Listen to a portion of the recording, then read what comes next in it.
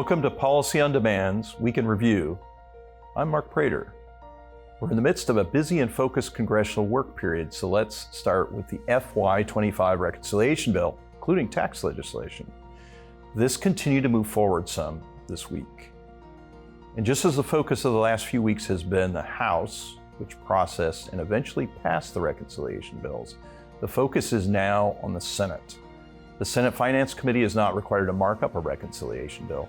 In fact, the last time it did was in 2017 with TCJA. Whether we'll see a markup in the Senate is still a question mark. Right now, I want to focus on two key activities that are occurring simultaneously. The first is Republican members continue to meet at the committee level and as a conference. Finance Committee Republicans, for example, met with President Trump Wednesday afternoon. The second key activity is the ramp up in the Byrd rule process. This stage is sometimes called the Byrd scrub or Byrd bath. This part of the process brings in the Senate parliamentarian, Elizabeth McDonough, and her staff. The objective of the Byrd scrub is to obtain Ms. McDonough's advice on whether potential actual Byrd rule challenges are well taken, and if so, how can the provisions be modified to overcome the challenge.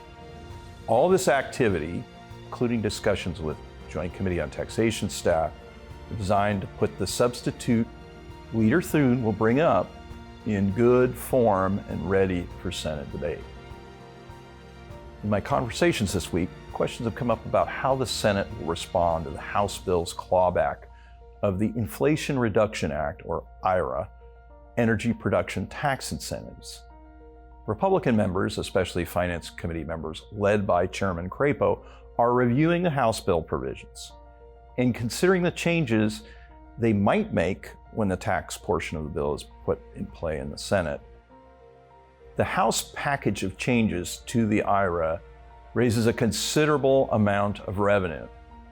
For instance, the new restrictions on the technology-neutral energy production and investment tax credits, which together raise more than $200 billion over 10 years.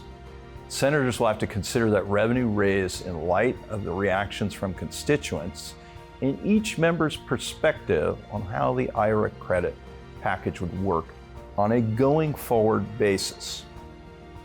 As I'm looking ahead, the House and Senate Tax Writing Committee tax relief instruction numbers look large, but expect a lot of focus and discussion in the next few days on the hot button issues in the revenue raising portion of the House bill.